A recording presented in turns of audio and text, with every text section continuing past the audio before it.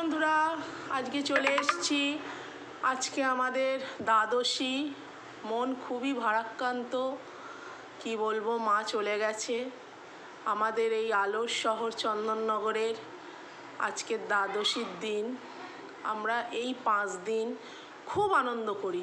কি বলবো বন্ধুরা, আমরা এই আমাদের ঘুম হয় না, আমাদের সামনেই মণ্ডপ, আমাদের প্রত্যেকে চন্দননগরবাসীরা আমরা চুটিয়ে আনন্দ যাকে বলে, বুঝতে পারছো তো বন্ধুরা, তা চুটিয়ে আনন্দ আমরা করি। আমাদের রাত্রির বেলা মণ্ডপ থেকে 3টের সময় আসা, ঠাকুর বাকুর দেখে মণ্ডপ হয়ে 3টের সময় আসা বারোয়ারি থেকে, এসে শোয়া, আবার সকালবেলা উঠে বারোয়ারিতে যাওয়া, তারপর আবার ঠাকুর দেখতে বেরোনো। সমস্ত ভিডিওই তো আমি তোমাদের দিয়েছি। আমরা চন্দননগরবাসীরা আমাদের পঞ্চমী থেকে দশমী অবধি বাড়িতে কোনো রান্নাবান্না হয় না। আমার বাড়িতে তো হয় না, আমাদের সব কিছুটাই হোম ডেলিভারি আসে।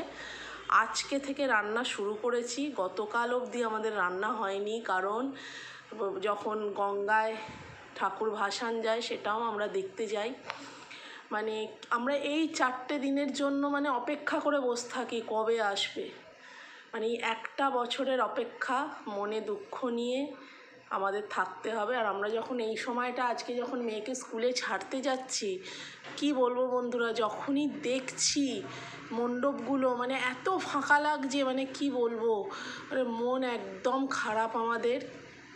আগে যখন ছোট ছিলাম, 5-6 বছর বয়স ছিল, তখন তো চন্দননগরে এত লোকালিটি ছিল না, তখন আরও ফাঁকা হয়ে যেত, প্রচণ্ড কি বলবো, একদম অন্ধকার ছিল। এখন যেহেতু চন্দননগর তার আগের মতন মফস্বল নেই, এখন সিটি হয়ে গেছে, সেই কারণে এখন চন্দননগরের বুকে লোকালিটিও বেড়েছে। সেই জন্য এখন মনে হয় না যে চন্দননগর অন্ধকার, চতুর্দিকেই আলো জ্বলছে, দোকানপাট খোলা, গাড়ি ঘোড়াও বেড়ে গেছে। কিন্তু তবুও যখন মণ্ডপগুলোর দিকে তাকিয়ে দেখি মন খারাপ হয়ে যায়। এই 4-5টা দিনের জন্য আমরা ওয়েট করে বসে থাকি কবে আবার মা আসবে। যাই হোক বন্ধুরা, তোমাদের কারা কারা চন্দননগরে ঠাকুর দেখতে এসেছো, কারা কারা আসোনি, অবশ্যই জানিও। যারা আসোনি অবশ্যই আমি তাদের স্বাগত জানাই সামনে বছরের জন্য।